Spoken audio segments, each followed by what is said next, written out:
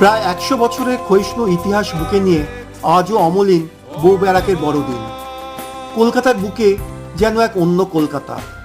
আয়তকার এই চাতাল ডিসুজা, ডিরাজিও বা ক্রিস্টোফার অগাস্টিনদের মহল্লা। ক্রিসমাসের সময় আলোর রোশনাইতে সেজে ওঠে এই মহল্লা। চাঁদনি মেট্রো স্টেশন থেকে বেরিয়ে বউবাজার থানার পিছনের গলি দিয়ে খানিকটা এগোলেই সেই আয়তকার চাতাল।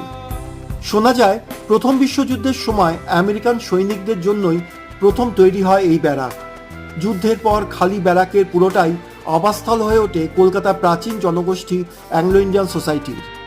এই মহল্লার জেনারেশন ওয়াই এর বেশিরভাগ এখন কর্মসূত্রে বিদেশে থাকে। তবে বড়দিনের আগে শিকড়ের টানে লন্ডন থেকে ফেরেন কোনো ক্রিস্টোফার বা মার্কিন মুলুক থেকে ফেরেন কোনো রিচার্ড।